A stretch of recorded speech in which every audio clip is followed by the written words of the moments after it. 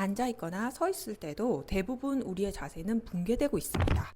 사실 지구상에 있는 모든 것들은 붕괴되고 흐트러지는 것이 자연스러운 상태입니다. 붕괴되어 있는 것이 문제고 바로잡아야 되는 것이 아니라 지금 자신이 어떠한 상태에 있는지 자각해야 됩니다. 움직일 때 생긴 운동 에너지는 우리 온몸의 골격 구조를 통과해 역학적으로 모두 쓰여질 수 있는 구조입니다.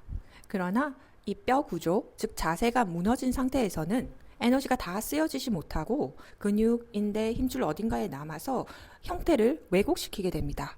그뿐 아니라 두개골이 척추 위에 불안하게 올려져 있어서 호흡과 혈류량이 줄어들고 집중력 장애, 불안, 우울감, 인지기능 장애까지 가져올 수 있습니다.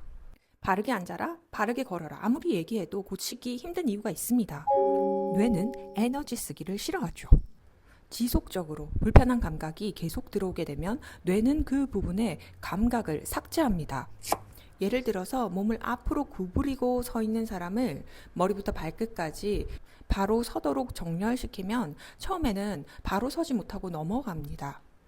붕괴된 자세가 자신의 표준값이 된 것이고 새로운 감각이 들어오는 것을 뇌는 싫어하죠.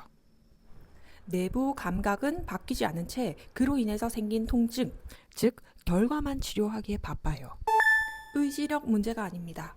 뇌는 바꾸는 것을 싫어합니다. 이것을 이해한다면 결과만 바꾸는 것이 아니라 다른 방법으로 접근해야 합니다. 뇌는 에너지 쓰는 것을 싫어하기 때문에 끊임없이 과거와 현재를 계속 비교하며 미래를 예측하고 지금이 더 안전하다 생각하며 스스로 정당화시킵니다.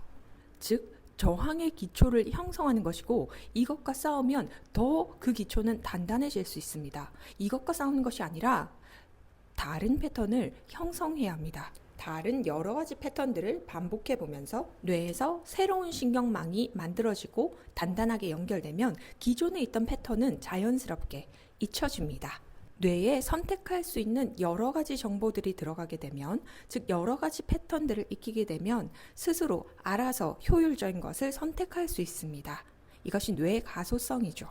움직임을 계산하고 만들어내고 명령하며 제어하고 아프다는 것을 느끼게 하는 것도 다 뇌의 시스템에서 관할하는 것입니다. 물리적인 구조의 변화를 가해서 바꿔보려는 것이 아니라 보다 원인인 내적인 감각을 바꾸고자 합니다. 움직임을 통해서 내부 수용 감각을 키우기 위해서 각각의 골격들이 무슨 일을 하고 있는지 인지하는 작업을 하려고 합니다.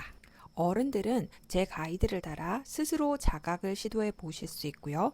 아이들은 엄마의 손을 부드럽게 각 뼈 마디마디에 대고 나머지 부분들이 어떻게 따라 움직이는지 관찰을 시작할 것입니다. 척추를 받치고 있는 골반의 형태와 구조를 이해하면 훨씬 자각하기가 쉬워지실 거예요. 아이에게도 골반을 보여주고 형태를 함께 관찰합니다. 제가 직접 골반을 들고 설명해 드릴게요. 골반은 비어져 있고요. 이렇게 뒤쪽을 돌렸을 때 뼈가, 요축뼈가 하나, 둘, 셋, 넷, 다섯, 덩굴이뼈까지 그릇처럼 되어 있죠.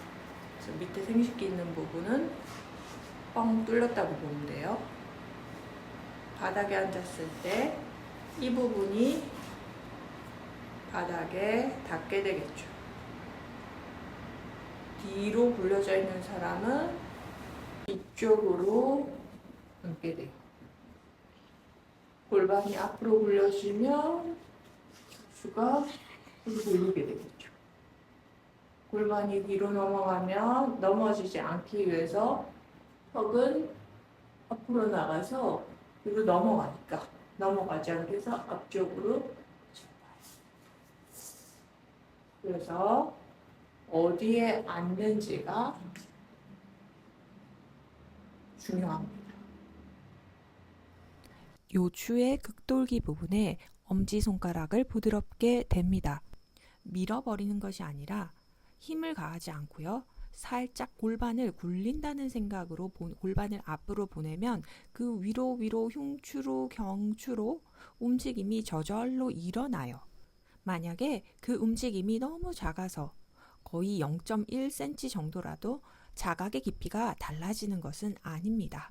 척추 마디마디가 분리되어서 각 기능을 하지 못하고 함께 통으로 움직인다면 마치 그 움직임이 피사의 사탑처럼 골반, 척추, 목, 머리가 동시에 앞으로 뒤로 왔다 갔다 할 것입니다. 근육의 유연함으로 몸을 휘게 하는 것이 아니라 각 마디마디 뼈가 분화되어서 움직인다면 골반이 뒤로 구를 때 척추의 모양과 머리, 앞으로 구를 때 척추의 모양과 머리에 변화가 생길 것입니다. 척추가 여러 마디로 나뉘어져 있고 갈비뼈도 여러 가닥으로 나뉘어져 있기 때문에 각각의 분화된 움직임을 하게 되는 것입니다. 골반을 아이 스스로 앞뒤로 굴려보라 해도 좋습니다.